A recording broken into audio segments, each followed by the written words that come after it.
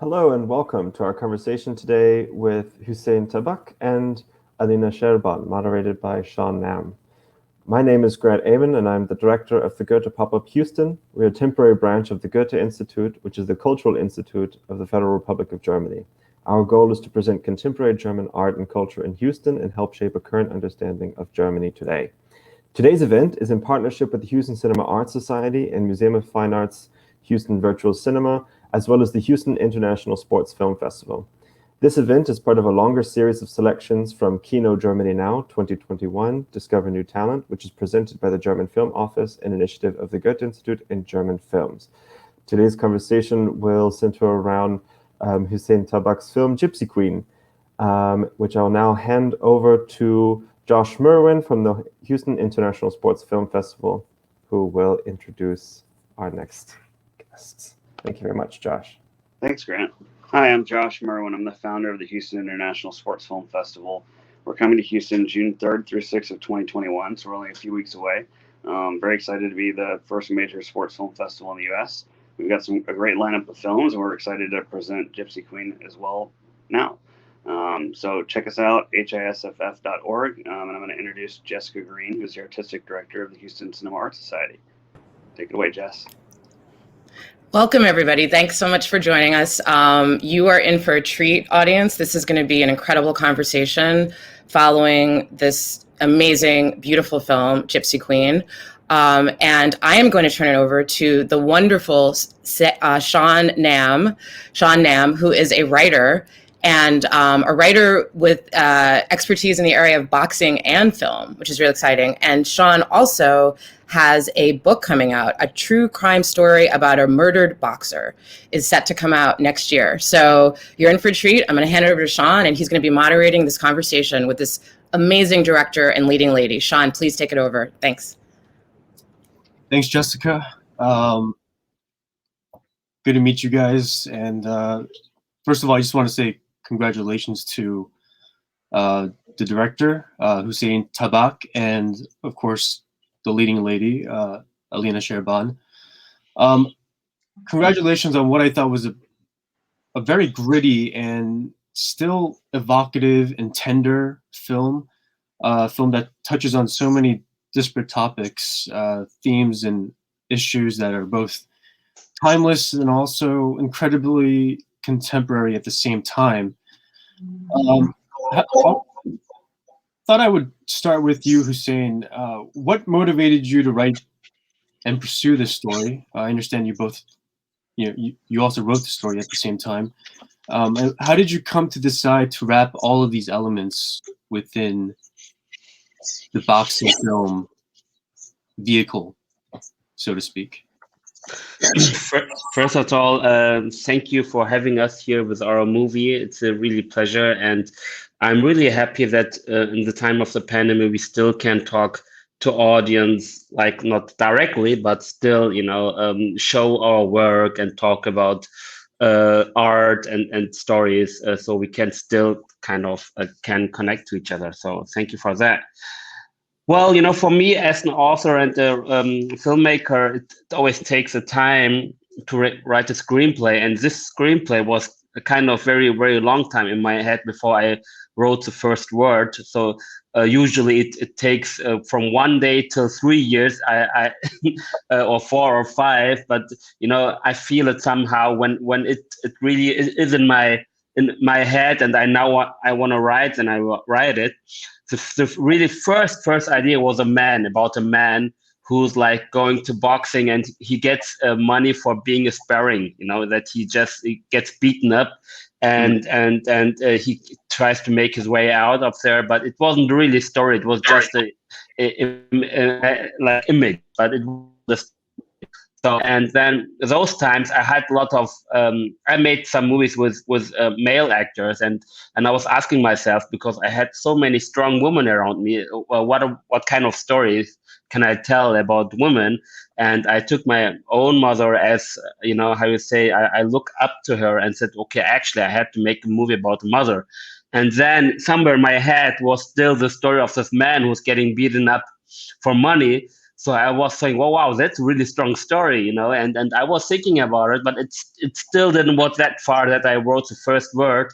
And then that was the time I was listening to a lot of Roma music when I was running and I don't know, doing stuff. And, you know, I was always this Roma music from different groups was in my head. And then I was like running again. And I had this idea of the mother of who was fighting for the kids. And then when I was listening to the Roma music, I knew, wow, what about it's the Roma woman, you know, who's fighting for their children? Because I'm myself, because I'm a Kurdish, it could have been Kurdish woman too, but it was, I had the feeling it's not the right thing to do. I don't know why, but anyway, so it ended up to being a Roma mother. And actually, when I had that idea a couple of weeks later, I saw a Roma mother who had her own child on her hand.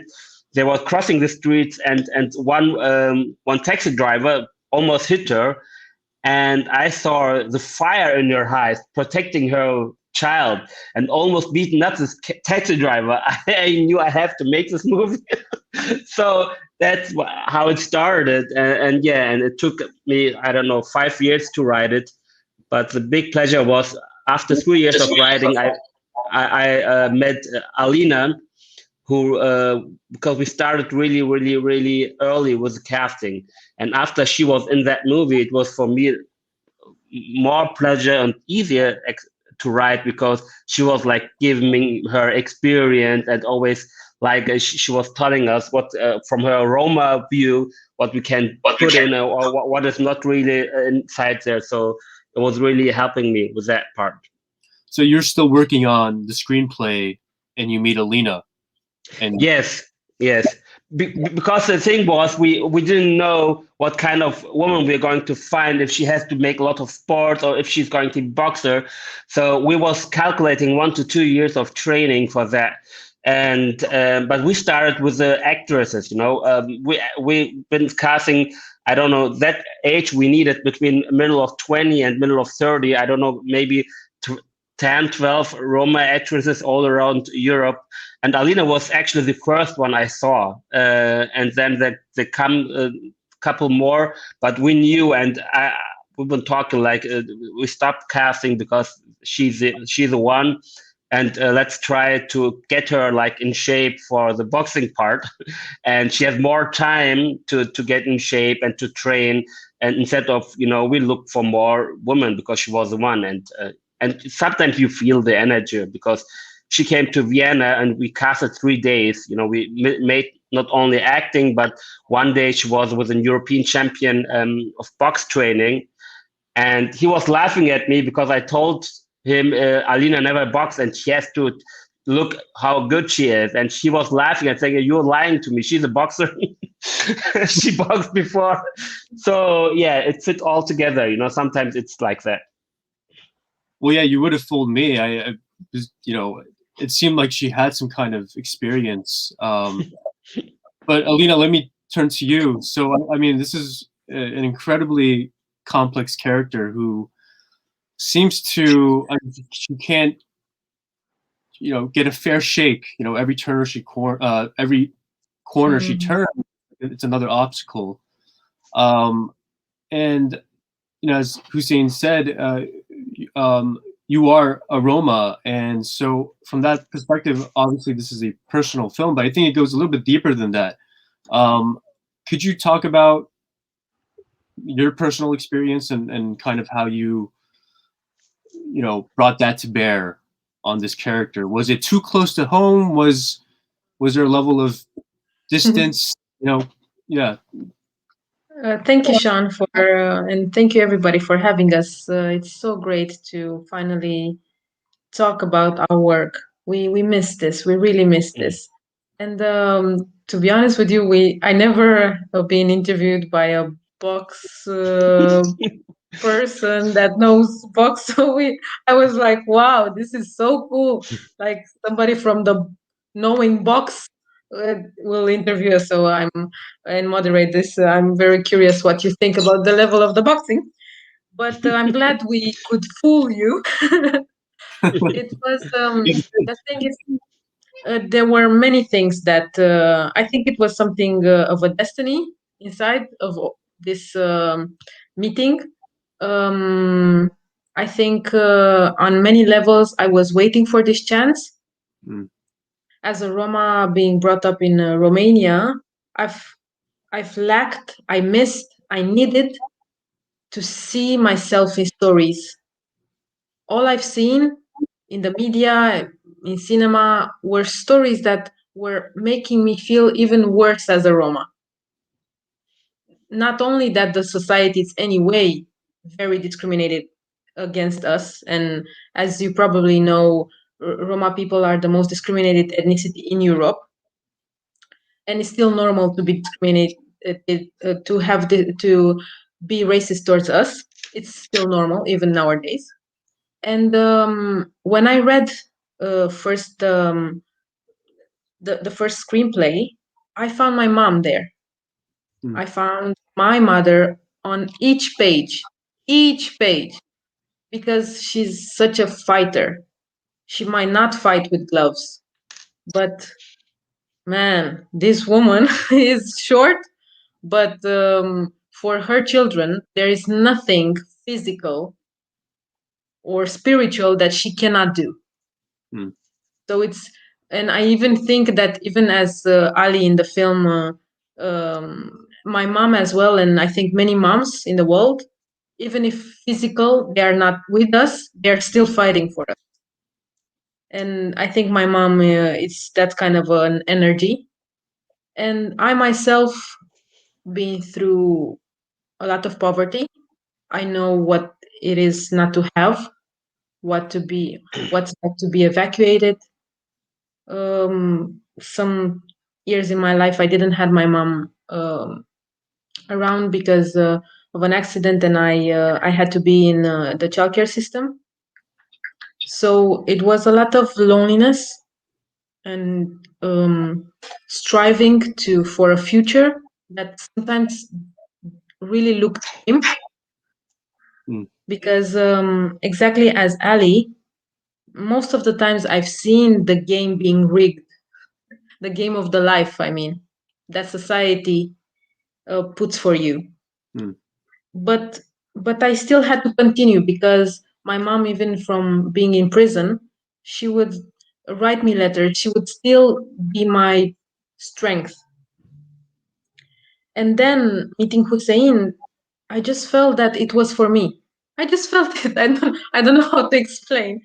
But in the same time, and also regards to the sportive part, to the sports part, I have to say that I have never ever done boxing before. This is true, never. But indeed, when I was little, I trained a bit some karate, and I had these moves in my body in a way. And then after a while, I was living in London when I actually met Hüseyin. I was studying there. I found a feeling of home in the Capoeira society. London felt very lonely for me and individualist. Sorry, London. Okay. And I found a home there at this in this group of Capoeira. So I was training Capoeira when I met Hüseyin and the story. And when they brought me to Vienna and I met that European champion, I was telling him, look, I have to be honest, I don't know any German or any boxing, but I know the story is for me. And I just did Capoeira. But some of the moves, something felt familiar. I think thanks to Capoeira, but not the actual punching, because in Capoeira we do not punch people. Yeah, it was, I don't know, I don't even know how I made it happen. I think it was some destiny as well there that really helped. Oh. Can you describe capoeira? Can you describe what that is? Yes, it's African Brazilian martial art. It comes from Africa. It was developed by the slaves brought to Brazil, and it's a form of martial art that very seldom. It depends on where you play it. It involves really contact. Like more often, we will not really fight. So that's why boxing was very far for me to really punch someone, to be punched. It was a completely different world. But let's say I was in the very large world of martial arts, let's say, to understand physicality, to understand space, to understand bodies in action, maybe capoeira. And I think it was the fact that I also had to do many tests for the production to be sure I am able physically to bear the effort. And again, thanks God, I think it was still Capoeira who helped me, because I remember they took me to this doctor and to check the bones and stuff like that. And they were asking me to do some moves that we were doing in Capoeira, like the African chair, to sit very close to the floor and bend your knees. I was like, we do this at Capoeira. So it was some of the things felt weirdly easy. And then obviously the difficulty started when I really got the role, because maybe Hüseyin didn't say, but they grilled me many months. They grilled my soul. I didn't know I got the role. For many months, I took several castings. And when finally I got the role, I was like, oh my God, how do we do this? How do we make this happen? Because as you probably know, Hüseyin wanted us to do that last scene that is without a cut, and One Hussein, shot. yes, it's a one-shot scene of boxing, and it felt impossible. There were times where it felt impossible, but I made a promise to Hussein and to myself that, in respect to our families, to our moms, to our ancestors, I will not give up. I said to Hussein, I do not know my brother if I really can do it, because obviously I've never done it before, and nobody in the team, nobody had an experience like this around us to do this type of to have this knowledge and experience. So we were so, I would say, at the beginning of a weird adventure, where all the team said, okay, let's do this scene. And I said to Hussein that, and many people were telling us, this is impossible, you're crazy. Many knowledgeable, let's say, people said, no, it's not possible. So in these troubling times we had, I just said, I promise you, I will not give up. I cannot promise you I can do it, because I do not know this, but I promise you I will not give up. And I think to the last moment, even in the day when we had to shoot that scene, I think I kept my promise, and I was able to do it over and over again. But they said we cannot continue, because there are people, they have to leave and stuff. So I was yes, a workaholic, but it was a true honor, a true honor to tell this story. So you brought up the ending, and I definitely wanted to get to that. So we may as well talk about it. Yeah, I mean, hey, Sean, I want to know your opinion. I mean, it's not every day I get to speak to a person like you. Well, I was. Are you talking about your fighting ability, or? What was it for you to see this film? How was it for you? From a boxing point of view, did you believe us? Did I believe you? Absolutely. I mean, I think you sold it. Jessica, your technique was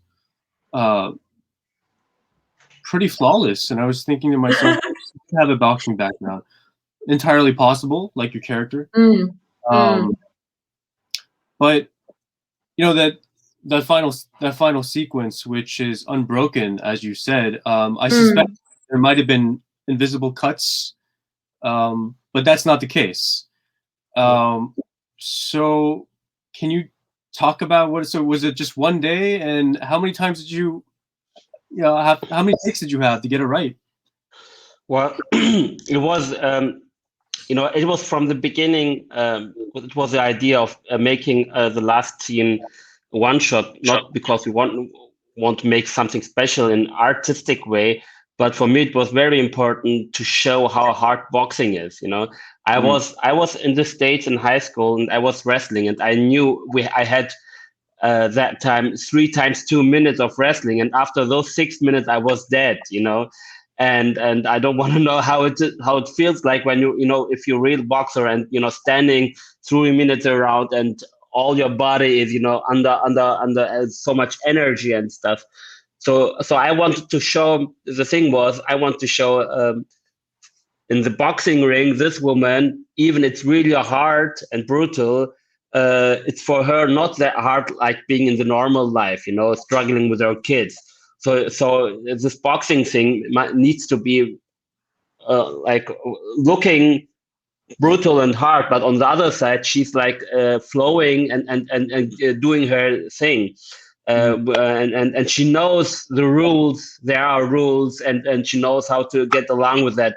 But outside, it's not like that. So I didn't want to make like an action scene of the boxing. I want to show very authentic. So that was from the beginning, the first draft I was writing, it was like that. But I didn't know, actually, because it was the first time I made something like that with a team. It takes that so much logistical things. We had to, of course, there was a kind of a choreography, and not only for the both fighters, but for the camera, for the sound, for everyone for everyone, for the people in the corner and stuff. So, and the big problem was actually Alina was really, really fit in the first shooting day, but we weren't allowed to make it in the first shooting day because the percentage she could be injured was very high, and the insurance didn't want us to do it. They wanted us to shoot the whole movie. At the end, it doesn't matter what happens, kind of like that. So Alina brought herself really in really good shape, and then she had to shoot 8 weeks this movie as an actress because there was so many other scenes with having to do something with boxing.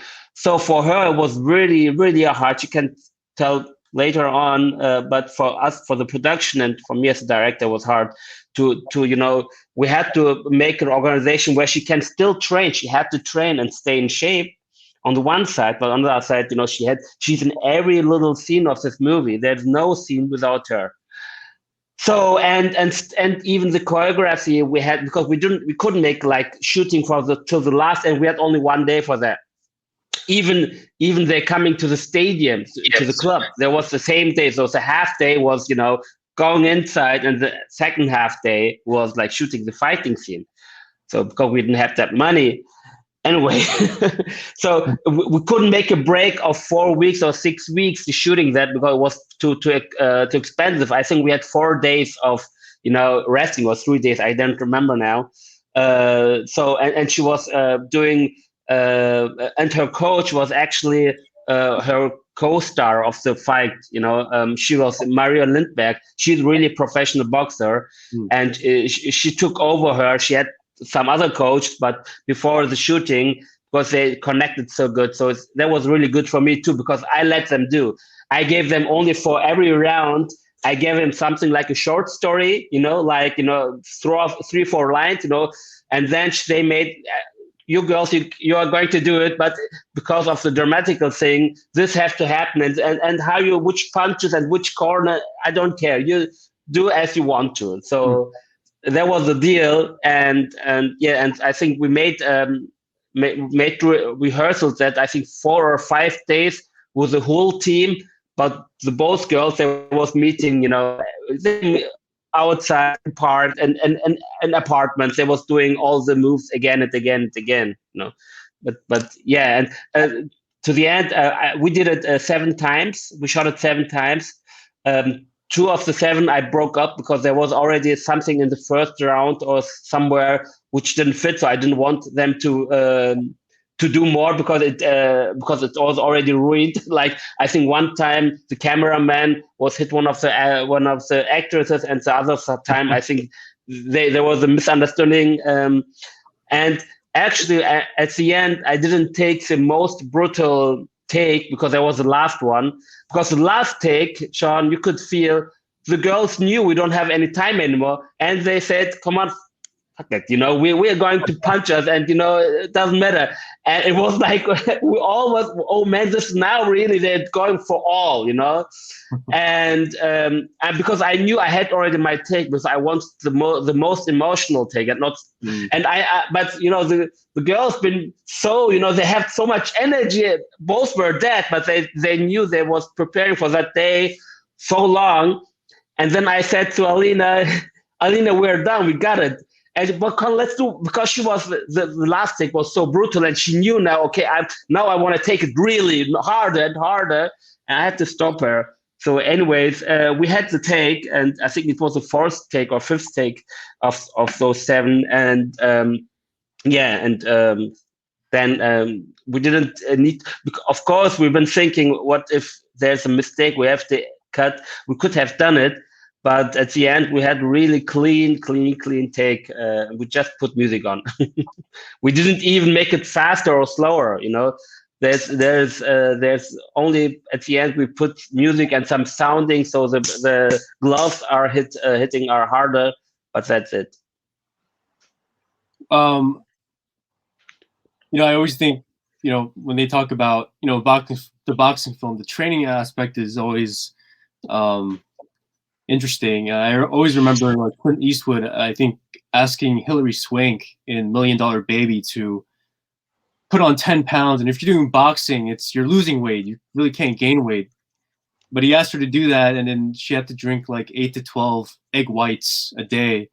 Alina, did you have to go through something like that? I mean, can you describe the process? No, I would just say, yeah, it was very complicated because, as Hüseyin said, I was training intensely boxing, like sometimes like even two trainings a day before we started shooting the film, and then I was already like I don't know, more than 8 hours is 12 hours, I don't know, at the shooting day every day, being the main character, and then in the weekends I would train. So Maria would come, would fly to where I was in Vienna, and we would train. And there were times when I swear, like tears were just coming on my cheeks because of tiredness. And even she and her trainer would see me, and they were like, "Let's have a rest today. Just let's talk." And I was like, "Nah. We will train, guys. Even though I'm crying, we will do it." And I think it's genetics with me. I grow muscle very fast. I'm not deserving it. I think it's just genetics. But like I pump very fast, and there were many boys in Maria's gym, where their students. Maria is training many males in boxing, and they were very jealous of my triceps, and I didn't know how they appeared. I was like, "Please take them off." And so it was really mainly I was trying to eat healthy, as Maria was telling me, but not really doing anything that would not be necessary, because I was already doing the film, so I had to keep on the energy. And then really when doing the choreo for the last scene, it was exactly how Hüseyin said. He sent us a story. And I was looking at Maria, and we both started to design something. And obviously we didn't know how to move. It's like, will be the how big will be the ring, and so problems started to occur as we started to do this, and then I am not good with really any choreo. Even when I'm an actress and I've done some like dancing stuff, and I was really bad at this. But just imagine remembering a language you never done before as boxing. so I was, yeah, it was very hard, but in the same time sweet, because everybody was putting their whole heart into it. Maria had in the same time other box matches, and she came with a broken nose, and she had this Hannibal Lecter type of a mask. Oh yeah, I At one forgot point, that. because she was so fragile. At one point, without wanting, in one of the rehearsals, yeah, she had some blood because of me. And when I saw I'm capable of that, I was just like, I wanted to throw up. I didn't want to really cause nobody pain like that. And it was just like, and she was looking at me and saying, "Do you remember I'm a boxer, right?" And um, and also like everybody around me, um, like the majority of who you were seeing, they were real boxers. And one of the people in my corner is maybe Hussein, can you help me say The his cutter. name right? No. I mean Alex. the one who fought Ali. Jürgen Tanne. Also Yeah, Jürgen. Yeah. Jürgen Blin. Jürgen. Yeah. He was Yeah. fighting Muhammad Ali in the 70s. Yes. So Yeah. to have the honor to meet a boxer that fought Ali was for me incredible. Really was incredible. Yeah, And but when he always came, everybody was like, "Wow!" And when we're doing boxing scenes and training, it was a different atmosphere when he was in the room. How did you? Yeah, I mean Jurgen Blin, who really did fight Muhammad Ali. How did you? Mhm. How did he come? How did he become involved in the film? Yeah, I was during my research, I was looking for boxers, what kind of way they did after, because for the second leading role of the Tanne, the guy who's in the bar, I was looking for ways boxers went in Germany, and then he was the one who had the bar too, under a bridge, like close to the main station. He made it, I think, 20-30 years.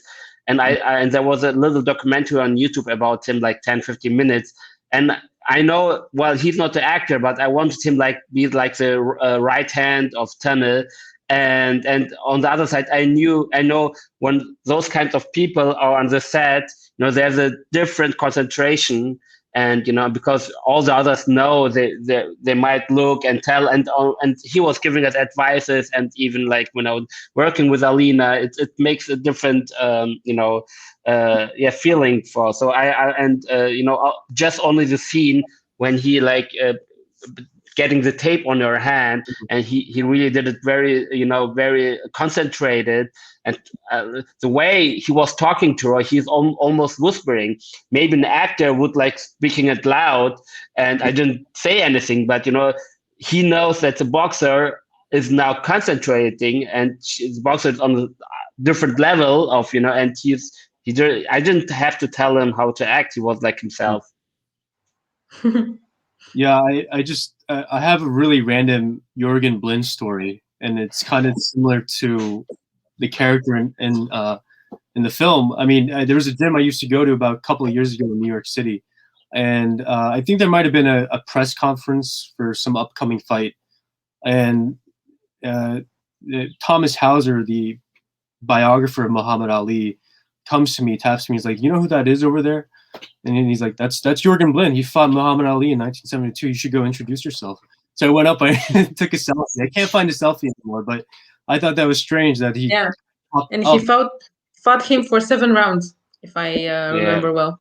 Right. Yeah. Oh. And it was hard. The fight is on YouTube. If you watch it, man, that he got so many hits by Ali, and he always get up again and then up, and I think he was really 3 or 4 times on the floor, but and his face was really like, I don't know, but he didn't give up. He's really a tough guy. Well, he certainly lends a certain gravitas and legitimacy, I think, to those boxing scenes. So kudos to you. I kind of want to shift gears. I guess I want to talk about the title of the film, and through that maybe talk about kind of the bigger themes that pop up. But Gipsy Queen, the term gypsy, in my understanding, is that it is a slur. But here it's being used proudly in an honorific sense, and just to bring some contemporary context here, I mean, the current heavyweight champion of the world, Tyson Fury, who is a Irish traveler, calls himself the Gypsy King. That's his moniker. So, and there's that one scene which I think is really, illustrative of a lot of things, but your promoter comes up to you, Alina, and he's got certain ideas and he has certain stereotypes, and I think he says you're a gypsy, right? And you respond back, no, I'm a Roma. I was wondering if you guys can, especially with our audience here, describe kind of the cultural context of that term and how you're using it and how you're kind of redefining it. Should I start or? Yeah, you can start. Yeah, I can talk about the movie that. Yeah. I would say that. So I, as a Roma person, this is how. This is the name of my ethnicity. We are ethnical group coming from India. We call ourselves Roma even before the Roma people reach Europe. Even though the term is very similar to Romanian sometimes, so it might confuse people from Romanian and Roma, and Romanians do not want us be linked to them. Many times the race is Romanians, not everybody, but it's just a coincidence. Roma means human in our language, and as I said, we were calling ourselves Roma way before Romania was formed as a country, and we were kept slaves in Romania for more than 500 years. This is another taboo subject. Hopefully I will make a feature film about this, and we'll talk about this, Sean, but we will not have boxing there, but hopefully we will still talk about it. Obviously we talked about this with Hüseyin, that gypsy is a slur, is a racial slur that some people use without knowing who are the Roma people. It came from a mistake. They thought we are Egyptians, and from Egyptians, I think the term gypsy was formed. Definitely is such an insult when you connect it to the verb I got gypped. And I do not, I'm not comfortable with that name being addressed by a non-Roma.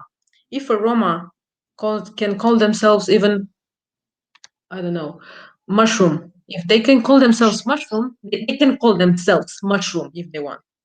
Not a non-Roma person. In the film, I very much enjoyed the fact that Hüseyin gave me the creative part of putting my ethnicity in the center of the script, and I was listened to. And this film has a Roma narrative. It's not. It's really. It has a Roma narrative, and that's why I'm so proud that a Kurdish man and a Roma person linked to tell a story like this. And I would say that even if we and in the film you have small let's say flashlights about how I present myself to the world, which is Roma, and the fact that in the world you might need to play their fight, their game, but in the ring we play our game.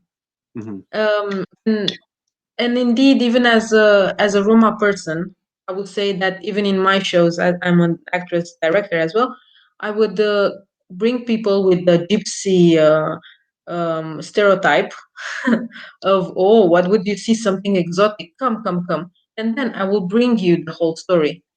If I will tell you I'm the Tagarnio Romenghe, which would be in Roma, you will be like, huh? Say what? So sometimes you need to use exactly the term that is negative and give it the positive and the Roma side to it. And I will leave the floor to say now.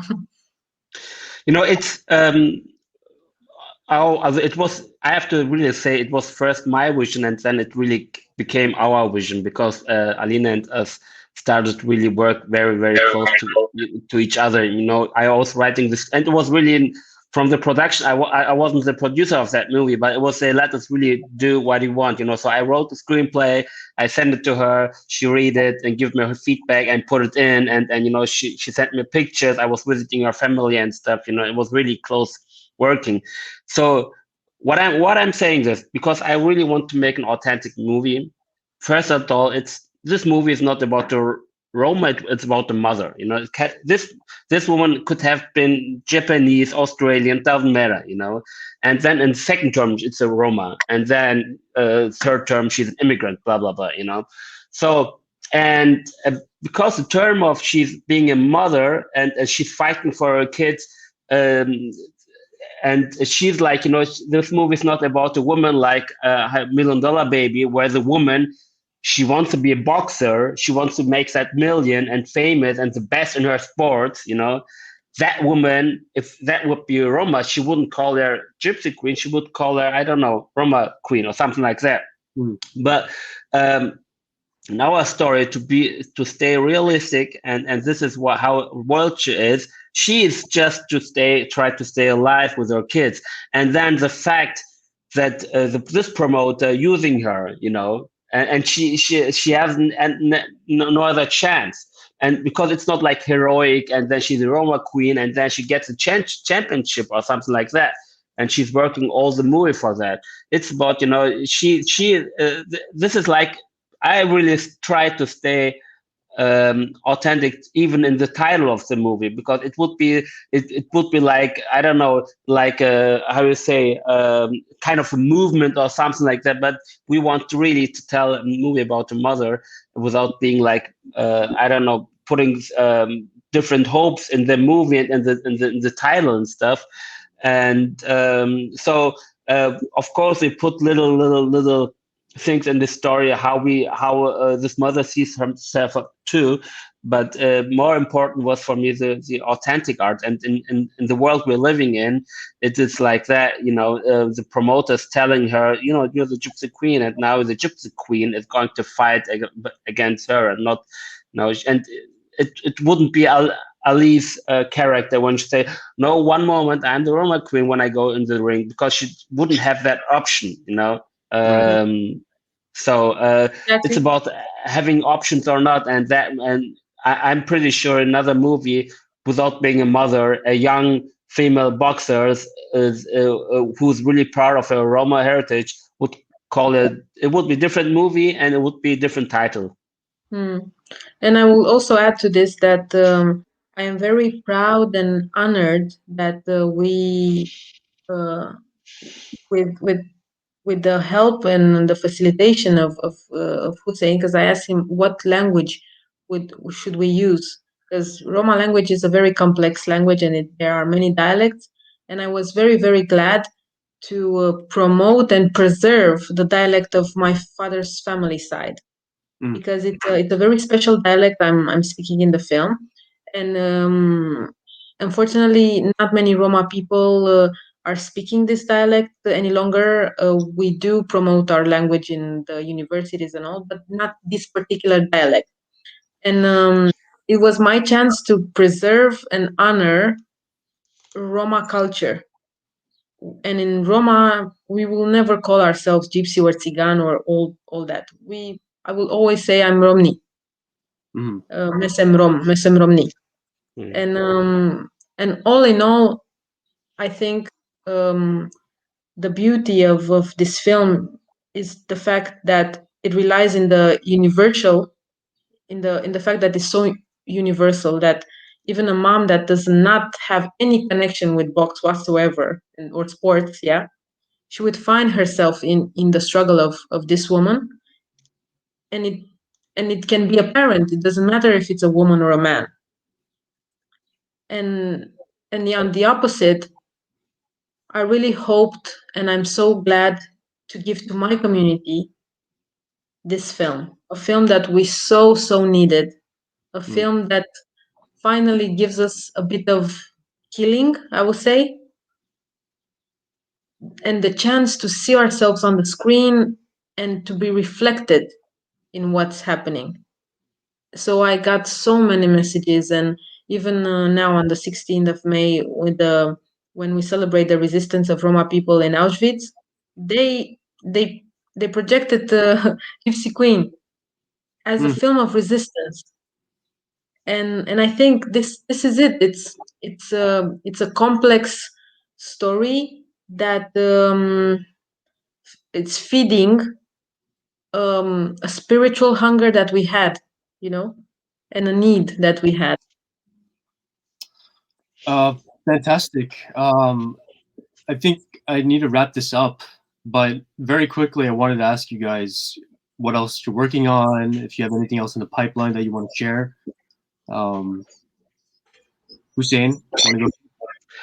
Well, I'm always working. I'm writing, like, I don't know, I'm working on 3 or 4 screenplays at the same time, and I'm working on a movie which is called The Last German, which is about a 89 years old man, one of the last of his generation who really fought in the Second World War and living now 2020 in Berlin and falling in love again. And on the same time writing series and something like that. Always working on something. Good stuff. Alina? I myself too. I'm working on many things, and I'm glad to have Hüseyin as a mentor. I'm starting to direct as well, and I did my 2 short films now that he knows, and finally I finished the sound for my second one. Hüseyin, I will send it to you. And I am making small steps to tell stories in features, I hope, and I'm just trying to put my energy in the world so I can produce any small change I can through film, through theater, visual arts, even to comic books. I've done a comic book as in the pandemic. Yes, it's called Home, if you want to see it. Yes. I was going to say, I could talk to you guys all day, and I have so many more questions about the film and how it reflects on German society today, but perhaps in a post-pandemic period, we can continue that. Yeah. And if people have questions, Alina and me, we have social media sites. We are both always free of answering them if it's about our movie. So please write us. Or Alina, same. No, in regards to the movie, please. Yeah, in regards of the movie. Yes. You can find me on Instagram and as well as Hüseyin as well. Yeah. Well, thank you both. Thank you, Sean. Thank you for the organization, and and I hope the people enjoy watching our film.